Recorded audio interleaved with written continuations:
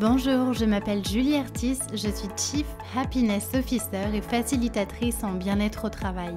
J'ai lancé ce podcast dans le seul et unique but de vous aider à devenir acteur du bien-être au travail.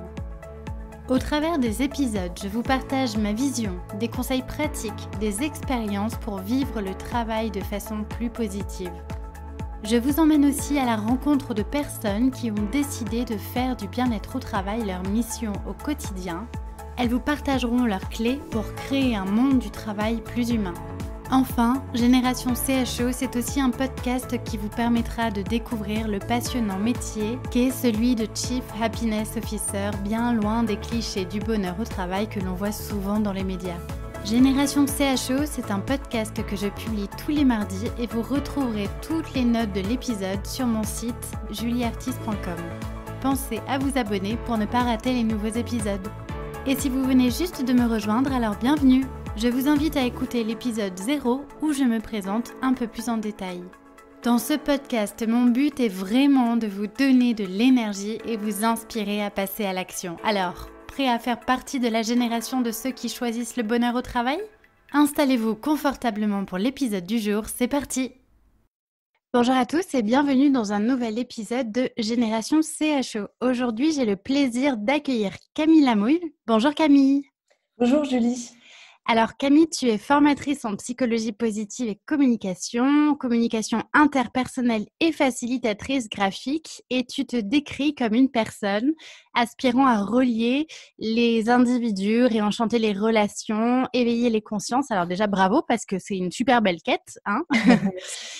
Et donc, tu es certifiée en psychologie positive et sur ton site camillamouille-psychologiepositive.com, tu partages les bienfaits qu'on peut retrouver finalement dans la discipline de la psychologie positive et on va parler de tout ça ensemble. Alors, j'ai vu que sur le site, tu te décrivais comme une ancienne râleuse professionnelle et que justement, l'approche de la psychologie positive t'a permis de vivre une sorte de quête initiatique qui t'a finalement permis de voir les choses sous un autre angle. Alors, qu'est-ce qui a créé ce déclic chez toi ? Raconte-nous, qu'est-ce qui s'est passé et qu'est-ce qui fait qu'aujourd'hui, tu fais ce que tu fais ? Alors déjà merci de me recevoir Julie, je suis vraiment ravie de pouvoir partager sur ces sujets qui me passionnent, la psychologie positive, le bien-être au travail. Alors pour raconter pourquoi je suis tombée dans la marmite de la psychologie positive, en fait il faut revenir à mon ancien métier. Voilà, j'étais juriste en droit international humanitaire à la Cour pénale internationale, donc aux Pays-Bas, à La Haye. Et puis, en fait, pendant cette période, j'ai vécu vraiment une perte de sens où je me sentais pas du tout dans mes forces, pas dans mes talents. Et donc, ça a été vraiment un moment difficile pour moi à traverser, qui n'était pas renforcé en plus par un beau soleil aux Pays-Bas. Donc, ça n'a pas aidé. Et en fait, pour essayer de combler un peu mes journées où je me sentais inutile, j'ai cherché à faire des cours en ligne, en fait, à suivre des cours. Et puis, j'ai découvert un MOOC en ligne sur la science du bonheur de l'université de Berkeley, Science of Happiness. Et je me suis inscrite à ce MOOC, je l'ai suivi et en fait, je me suis dit, c'est ça que je veux faire. Et du coup, j'ai tout arrêté. Je suis rentrée en France et je me suis dit, je veux apprendre et transmettre les clés du bonheur personnel et professionnel pour plus d'épanouissement. Et j'ai vraiment senti en fait que là, j'étais dans mes forces et dans ce que je voulais faire. Enfin, j'étais vraiment alignée à ce moment-là. Et puis aussi, comme tu l'as dit, parce que petite, j'étais une vraie boudeuse. Ado, j'étais une vraie râleuse professionnelle. Voilà, c'était vraiment. Bon, on l'est tous un petit peu, si ça peut te rassurer. C'est vrai. En tout cas, moi, c'était reconnu comme un trait de caractère vraiment au sein de la famille. Même si j'ai un côté humour quand même, qui rattrape le tout. Mais voilà, j'étais quand même une grande râleuse et du coup, j'ai voulu en fait dire stop à ce côté de ma personnalité qui me convenait plus à un moment. Et du coup, j'ai travaillé. C'était pas simple au départ. J'ai travaillé pour cultiver, révéler et puis maintenant diffuser mon optimisme. Alors, comment ça se passe aujourd'hui ? Tu es formatrice en psychologie positive, tu fais des ateliers, des conférences sur ce sujet pour sensibiliser un petit peu les personnes à cette discipline ? Oui, voilà, exactement. Donc, moi, aujourd'hui, je suis donc formatrice en psychologie positive au sein du réseau LVOR. Donc, on est un réseau de 17 consultants et coachs basés dans toute la France. Enfin, nos locaux sont sur Grenoble, mais on est un peu dispatchés partout. Moi, je suis à Annecy, par exemple. Et donc, principalement, nous, on fait de l'accompagnement de la culture managériale. Mais moi, plus spécifiquement, en fait, dans le réseau, je développe la psychologie positive. Et donc, voilà, je fais des ateliers sur des sujets tels que les forces, l'intelligence émotionnelle, la résilience, la gratitude, les relations, etc. Je fais aussi de la formation, donc des journées de formation sur, par exemple, cultiver son pouvoir d'action, révéler sa motivation, aussi la question du nudge dont on va parler. Et puis, du coup, je donne aussi des conférences sur ce sujet. Et puis, un autre volet dont tu as parlé au départ, c'est une autre casquette, c'est la facilitation graphique. Voilà, que je pratique aussi au sein d'LV1. Ouais, tu as vraiment des compétences 360 degrés finalement. Oui, en fait, chouette. j'aime bien switcher entre plusieurs choses. Et puis voilà, tu l'as dit, je fais aussi de la communication interpersonnelle. Mais vraiment, en fait, entre toutes ces casquettes, celle qui me tient le plus à cœur et dans laquelle je me retrouve, c'est la psychologie positive. Alors, qu'est-ce que c'est pour toi le bien-être au travail? C'est un sujet dont on parle beaucoup aujourd'hui. De plus en plus d'entreprises s'intéressent à la qualité de vie au travail et c'est super. Enfin, je pense qu'il y a vraiment un éveil de conscience là-dessus, même s'il y a encore beaucoup, beaucoup d'efforts à faire. Et du coup, la psychologie positive est très souvent portée en avant pour améliorer cette qualité de vie au travail. Quels en sont les principaux ingrédients selon toi? Alors, les principaux ingrédients, je dirais déjà, c'est de récupérer du pouvoir d'action et donc d'agir sur la zone sur laquelle on peut agir. Et je fais référence notamment au cercle de Covey, hein, c'est lâcher prise sur la zone sur laquelle on n'a pas d'emprise et puis reprendre du pouvoir d'action là où on peut agir. Et d'ailleurs, c'est bien d'actualité dans cette période qu'on est en train de vivre, hein, c'est de dire où est-ce que je peux agir plutôt que de me prendre la tête sur des choses sur lesquelles j'ai pas de contrôle. Déjà, c'est ça. Et puis, c'est aussi récupérer de la ressource interne et donc être conscient de ses forces pour les potentialiser, développer son intelligence émotionnelle pour avoir des relations plus positives, plus saines. C'est aussi s'investir dans des activités de flow pour révéler sa motivation. En fait, c'est tous les sujets de la psychologie positive qui permettent de cultiver le bien-être au travail. Et donc, le bien-être au travail, finalement, ça permet d'augmenter sa motivation, son engagement et la performance. Et c'est vrai que je suis autant enthousiasmée que toi quand je vois que c'est vraiment un sujet dont on parle de plus en plus. Parce qu'avant, quelque part, on s'intéressait qu'à la performance de l'entreprise. Et que là, on est vraiment dans une approche qui est plus globale en intégrant aussi le bien-être. Et finalement, quand on sait que c'est relié, c'est vraiment utile d'avoir cette vision 360.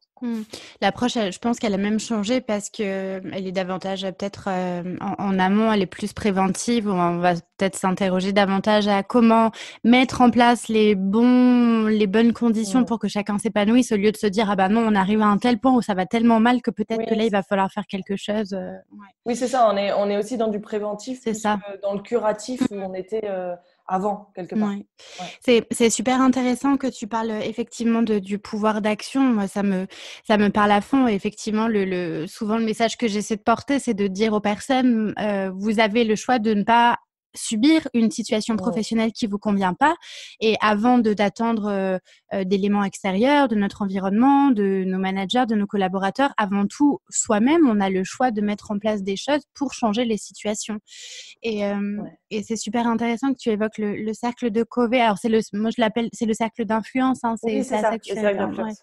Et c'est super intéressant comme outil parce que ça nous fait prendre conscience qu'effectivement des fois on perd beaucoup d'énergie à combattre des choses qu'on ne pourra pas changer, alors que finalement, il suffit simplement de se concentrer sur les choses sur lesquelles on peut vraiment apporter quelque chose de différent et se demander vraiment où est-ce qu'on a le contrôle sur tel ou tel élément pour arriver à faire bouger les choses. Oui, c'est ça. Et c'est vraiment ce que prône la psychologie positive. Hein, c'est redonner des clés du pouvoir d'action là où on peut agir, en fait. Et tous les exercices de psychologie positive, ils s'inscrivent dans cette dynamique.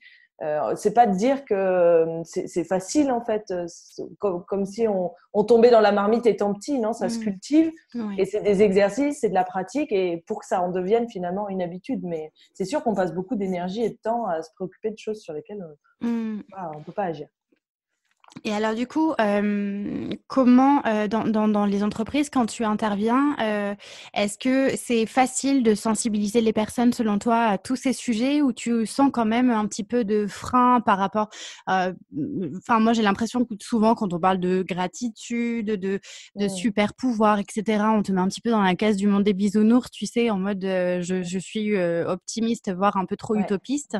Est-ce que tu ressens ça des fois aussi vis-à-vis des personnes? Alors bien sûr, parfois je le ressens, hein. Souvent, en fait, les formations en psychologie positive, c'est au volontariat, justement Mmh. pour qu'il y ait vraiment une envie en fait de découvrir ces sujets-là. Donc généralement, il y a quand même voilà un public qui est réceptif. Après, moi, ce que j'aime bien dire pour les personnes qui sont réfractaires ou voilà qui croient pas trop et qui assimilent ça à la méthode Coué. Mmh. Et d'ailleurs, c'est un argument qui parle à mon côté juriste, hein, c'est que tout ce qui est dit en psychologie positive est prouvé par la science. Eh oui. C'est Mmh. scientifique. Et Mmh. donc, quelque part, bah, peut-être que ça accroche pas avec tout le monde. Et de toute façon, comme tous les sujets, quelque part, ça peut pas Mmh. accrocher avec tout le monde. Clairement. Et à partir du moment où il y a des preuves quelque part, pour moi, c'est plus légitime à en parler. Mmh. Ouais, mais c'est vrai, tu fais bien de le souligner, c'est qu'il y a de vrais apports scientifiques derrière cette science de la Ouais. psychologie positive. Oui. Et effectivement, il faut dissocier aussi la psychologie positive de la pensée positive, Voilà. qui n'est pas du tout la même chose. Ouais. Exactement. Et même toutes les pratiques de psychologie positive ont été testées, Mmh. prouvées scientifiquement. Donc, ça Mmh. donne du poids. En tout cas, pour moi, c'est important d'avoir ce Mmh. poids.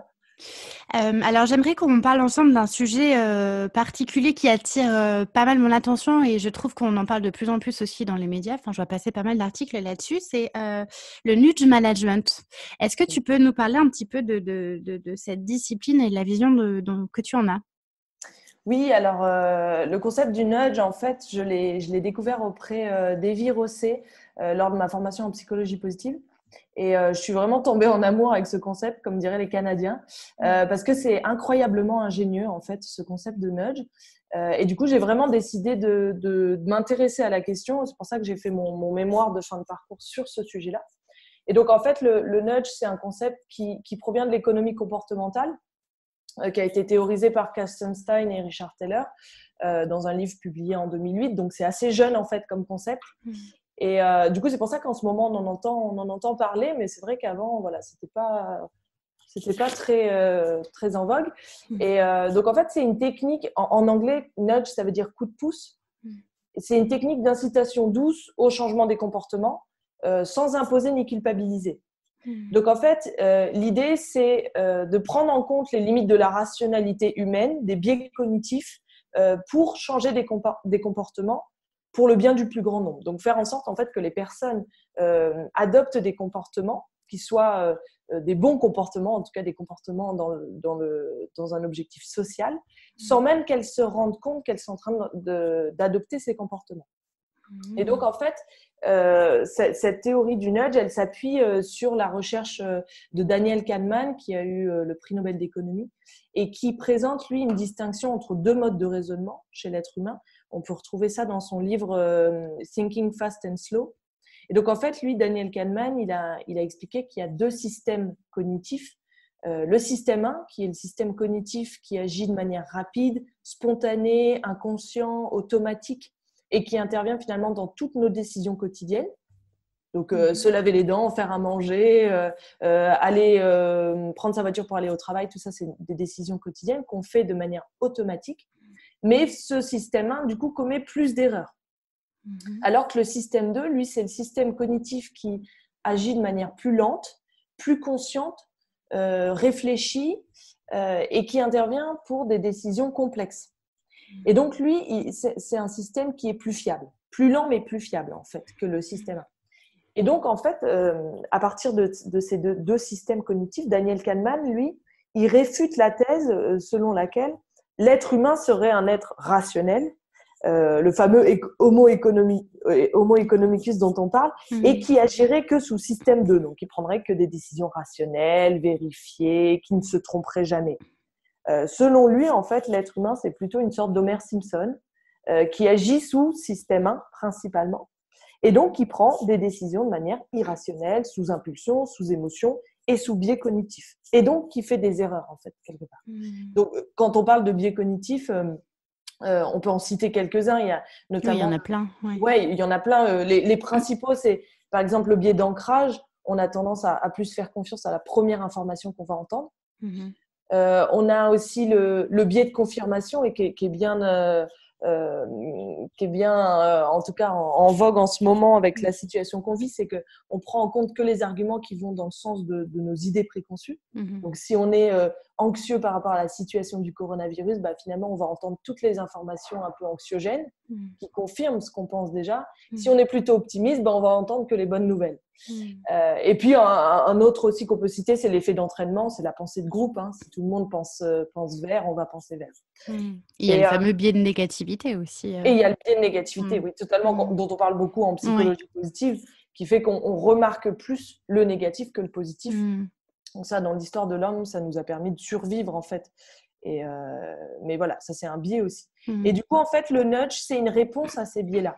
L'idée, c'est de faire en sorte que les personnes prennent la bonne décision, sans même qu'ils se rendent compte qu'ils sont en train de prendre la bonne décision. Et donc, on parle de nudge management, mais avant de parler de nudge management, faut parler de green nudge, des nudges écologiques, parce que c'est ceux qu'on connaît le plus. C'est tous les nudges qu'on retrouve notamment dans la rue.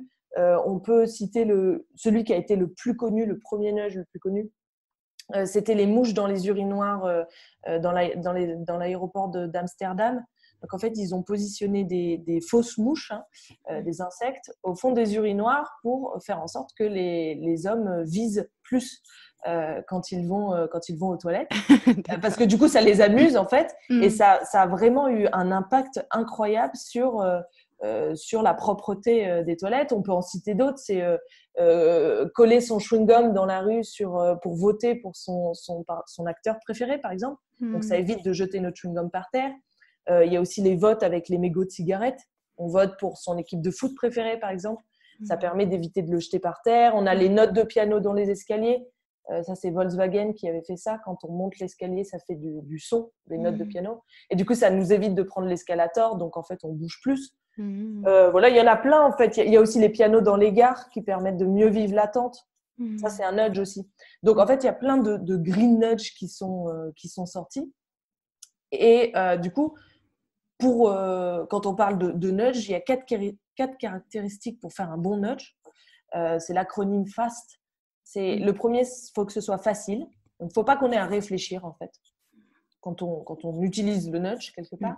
Le deuxième, c'est attractif. Il faut que ce soit ludique, il faut que ce soit rigolo. Donc, c'est comme la mouche, on a envie de la viser. Voilà, il faut que ce soit joyeux. La troisième caractéristique, c'est social. Donc, il faut que ça ait un intérêt social. Donc éthique quelque part. C'est pour ça qu'on différencie vraiment le nudge du marketing. Parce que souvent dans le marketing, voilà, si on met les gâteaux près de la caisse pour que vous en preniez à la fin, ça n'a pas un intérêt social. Parce que voilà, c'est pas pour la santé, c'est pas bon pour la santé. Donc voilà, on le différencie du marketing. Et puis la quatrième caractéristique, c'est timely. Timely, ça veut dire opportun. C'est-à-dire que le nudge doit intervenir au moment même où la décision va être prise. Super et intéressant. pas 5 secondes après, pas 5 secondes avant, quelque part. Et donc, le nudge management, quant à lui, c'est utiliser cette pratique, donc le nudge, pour induire la motivation dans les comportements. Et donc, finalement, pour que les collaborateurs retrouvent de l'engagement, du bien-être, et donc soient plus performants sans même qu'ils aient à y réfléchir. Donc, on peut travailler sur plein de choses différentes pour induire la motivation. On peut notamment travailler sur l'espace de travail, l'environnement de travail. C'est tous les travaux de design biophilique où là, on va travailler sur… il y a un acronyme que j'aime bien de Paul Dolan qui est l'acronyme SALIENT. Et donc, en fait, c'est travailler sur le son. Quel est le niveau sonore dans la pièce, quel est le niveau sonore qui permet le plus de concentration et en même temps le plus de créativité, sur l'air, la température de l'air, sur la lumière, quelle est la lumière, est-ce qu'on a accès à la lumière extérieure, sur les images qui vont permettre de révéler la créativité autour de nous. Il y a plein de choses sur l'ergonomie des postes de travail, sur la nature, est-ce qu'il y a des plantes à côté, parce que les plantes favorisent la cognition et la créativité, sur les couleurs aussi. Et donc tout ça, en fait, ça va être plein de nudges finalement, qui vont permettre de révéler la motivation des personnes qui travaillent dans cet espace. C'est super intéressant. Voilà. Et c'est plein de choses. En fait, c'est très facile à mettre en place et ça a des impacts énormes. Est-ce que les managers, justement, tu as l'impression qu'ils ont conscience de cet outil pour faciliter leur façon de motiver les équipes et les inciter à plus d'engagement et de motivation? Moi, je trouve que c'est encore très peu connu, malheureusement. Ça commence à être connu justement plutôt pour les nudges écologiques, où en fait beaucoup de personnes l'ont vu dans la rue sans savoir forcément que c'est un nudge, mais disent ah oui, c'est sympa, voilà, ça permet d'avoir des gestes éco-citoyens. Mais dans le management, c'est bien moins utilisé. Et pourtant, il y a plein de choses à faire. On peut aussi nudger les relations, faire en sorte que les relations soient plus positives et plus bienveillantes au sein d'une entreprise. Et donc là, on retrouve plein de pratiques de psychologie positive. Par exemple, avoir un mur de gratitude, travailler sur les forces des équipes, etc. Tout ça, en fait, ça va être des nudges qui vont permettre que les relations soient plus saines, plus harmonieuses. Mais c'est vrai que ce n'est pas encore très, très connu. Ça mérite de l'être. Ouais, et c'est vraiment super intéressant effectivement comme approche, et l'idée finalement c'est de pousser des gens à faire des actions, à adopter des comportements positifs sans même qu'ils s'en rendent compte en fait. Voilà, c'est ça. exactement. Et donc du coup ça vient pallier les biais cognitifs parce que les biais cognitifs quelque part ça nous fait prendre des mauvaises décisions. Alors que là on va prendre une bonne décision sans même qu'on ait à y réfléchir, donc c'est vraiment notre système 1 qui agit. Et donc c'est super, en fait, ça a un impact vraiment très positif. Et là, d'ailleurs, j'ai vu qu'ils avaient fait des nudges pour lutter contre le coronavirus. Par exemple, dans un ascenseur, j'ai vu ça, je crois que c'était en Thaïlande, dans un hôpital. Ils ont mis des traces de pas qui sont orientées vers les murs de l'ascenseur. Donc, il y a 3 traces de pas. Et donc, en fait, les personnes viennent automatiquement se placer dessus, puisque c'est visuel, on n'a pas besoin de réfléchir. Et donc, ça permet de garder les distances de sécurité pour éviter de se refiler le virus. Par exemple, il y a plein de choses à inventer, à créer. C'est vraiment ingénieux, créatif. Et du coup, moi, je trouve très, très stimulant. Quel nudge là on pourrait adapter, celui qui selon toi pourrait marcher le mieux par exemple dans l'entreprise, qui contribuerait à créer du lien entre les gens par exemple, ce serait quoi selon toi? Créer du lien, il y a plein de choses. Moi, j'aime bien le mur de kiff, le mur de gratitude. Moi, je trouve que vraiment ça fonctionne bien.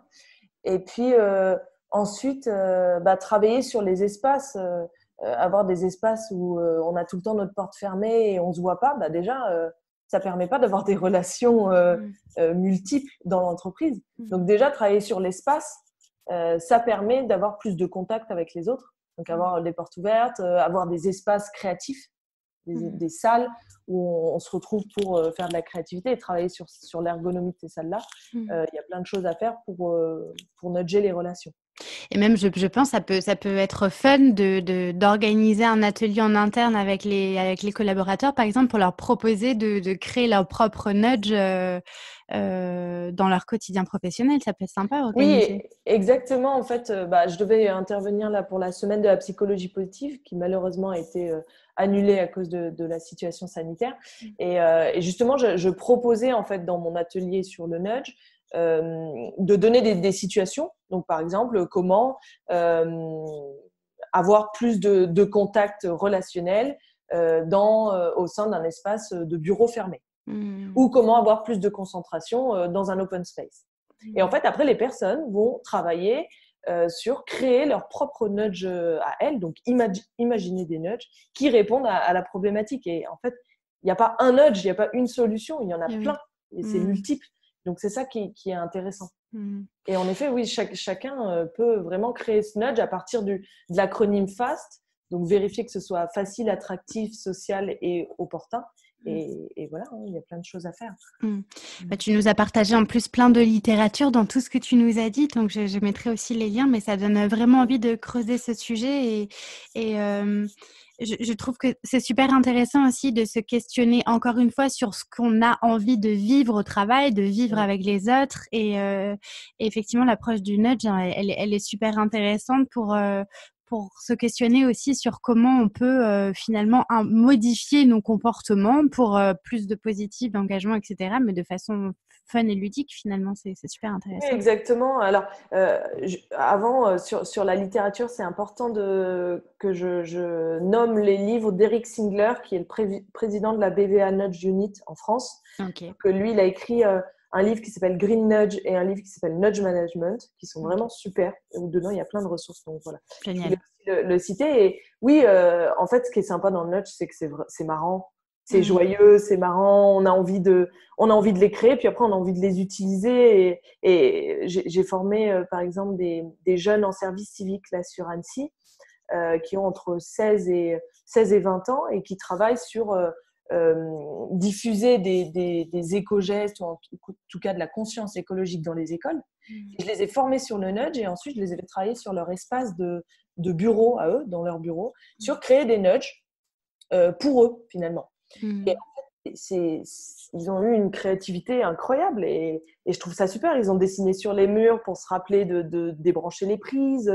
Ils ont fait un tapement 5 sur l'interrupteur des ampoules pour se rappeler. Enfin, vraiment, Ça me fait même penser, là, vu qu'on est en train de vivre une période de confinement, pour ceux qui vivent avec leur conjoint ou conjointe, pour inciter à des comportements et mieux vivre peut-être ensemble le confinement, ça peut être intéressant aussi d'adopter des techniques de nudge exactement. management. Il y a plein de choses, et même avec les enfants, il y a plein Oui, de choses oui, à faire pour c'est vrai. apprendre plus facilement, ou dans les chambres d'enfants pour les inciter à ranger. Alors, il faut juste en fait ne pas tomber dans de la manipulation. Oui, ouais, Voilà, c'est ça. ça Ouais. c'est important. Donc, il faut vraiment que ça ait un intérêt social. Mm. Non, Ouais. voilà, ça tombe dans autre chose. Mais oui, il y a plein de choses à faire, même Mm. au niveau personnel. Mm. Alors, on a évoqué très rapidement là, le fait qu'on est un peu dans une situation particulière en ce moment avec cette propagation du virus qui nous amène tous à nous confiner chez soi ou en tout cas à vivre le travail de façon différente.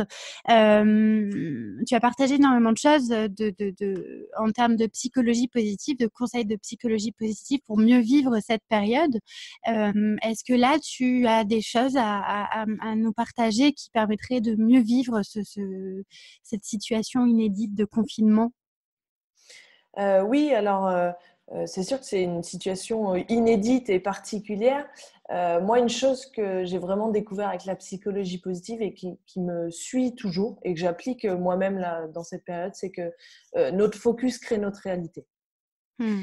Et finalement, ça revient à ce dont on a discuté, hein, du biais de négativité. Si on se concentre sur ce qui va mal, eh ben, forcément, ça va augmenter notre niveau d'anxiété et de stress. Hmm. Alors que si on se concentre sur déjà ce qu'on a, avoir un toit sur la tête, au-dessus de la tête, avoir de quoi manger, avoir peut-être des personnes qui sont autour de nous, et ben finalement, ça permet de déjà cultiver le positif dans cette situation qui, bien sûr, n'est pas facile pour tous. Donc, c'est aussi cultiver la gratitude, hein, dire merci, se dire merci dans la famille, dire merci aussi à ce que la nature nous offre. Parce Hmm. que justement, avec ce qu'on vit, on se rend compte combien c'était agréable d'aller dehors. Moi, j'habite juste en face du lac d'Annecy et de le voir sans pouvoir aller marcher à côté, c'est difficile. Donc, c'est Ouais. avoir de la gratitude pour ça et avoir de la gratitude aussi envers soi-même. Euh, Ensuite, la deuxième chose moi, que je découvre dans cette période, c'est finalement de pouvoir revisiter notre quotidien autrement. Hmm. Donc, c'est peut-être donner plus de place à notre créativité. Hmm.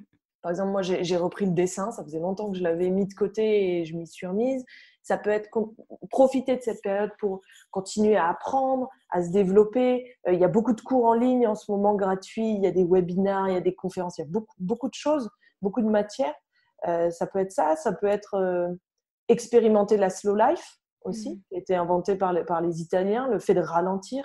Hmm. Et là, on retrouve toutes les pratiques de psychologie positive comme la méditation, la pleine conscience, le balayage corporel. L'idée, c'est si je peux pas aller à l'extérieur, bah, je m'occupe de l'intérieur, en fait. Ouais, c'est vrai. Donc, je me retrouve avec moi-même. C'est vraiment un moment qui est propice à ça. Hmm. Et puis, une autre chose, moi, qui me guide, et tu l'as dit dans la présentation au départ, c'est le lien, la relation. Et finalement, là, on est dans une distance physique qui est imposée, mais pas psychologique. Donc, bah, prenons soin des relations, téléphonons à notre famille, appelons nos amis. Et ça, c'est vraiment important en fait dans notre bonheur au quotidien, d'avoir des relations qui nous portent et épanouissantes. On se rend compte qu'effectivement, le lien, de toute façon, on est des animaux sociaux, hein. Exactement. C'est le lien, autant dans l'environnement physique au travail que quand on est comme ça à distance, il est tout aussi important et il faut effectivement apprendre à le cultiver de plein de façons différentes. Oui, exactement. Et puis, selon la recherche de psychologie positive, la relation, c'est vraiment le premier facteur d'accroissement du bonheur. Mmh. Donc, c'est vraiment, en fait, comme tu le dis, on est des animaux sociaux et on a besoin de connexion pour vivre. Mmh. On a besoin de la connexion. Et si on ne peut pas le faire physiquement, alors il faut le cultiver psychologiquement. Mmh. Quelle est ta vision du travail là-dedans? Est-ce que tu penses que ça va changer beaucoup de choses? Parce que voilà, bon, toutes les deux, on est très impliquées dans tout ce qui est bonheur au travail, Mm. etc. Est-ce que tu penses que quand même, il va y avoir un éveil de conscience et que le monde du travail, après toute cette période, va changer et va devenir beaucoup plus positif? C'est quoi un peu ta vision de l'après? Alors, bah, ça, c'est mon rêve, hein. I have a dream. Ouais. Je ne sais pas si dans la réalité, ce sera ça parce que j'ai quand même la crainte que ça redémarre encore plus vite que ça ne s'est arrêté. Mmh. Voilà, comme on aura passé une période de pause finalement. Mais j'espère vraiment que déjà, ça aura permis d'éveiller des consciences sur le fait de ralentir et le fait d'apprécier ce qu'on a. Mmh. Voilà, d'apprécier ce qu'on a et des petites choses en fait, plutôt que d'aller chercher toujours plus. De Mmh. dire, bah, j'ai ça et c'est déjà beaucoup. Mmh. Donc j'espère, oui, quand même que ça aura permis de faire quelques changements, mais j'ai quand même l'impression qu'en ce moment, c'est le cas, hein. Enfin, de tout ce que je lis, je vois quand même beaucoup de personnes qui s'interrogent sur tout ça Mmh. et oui, j'espère. Mmh.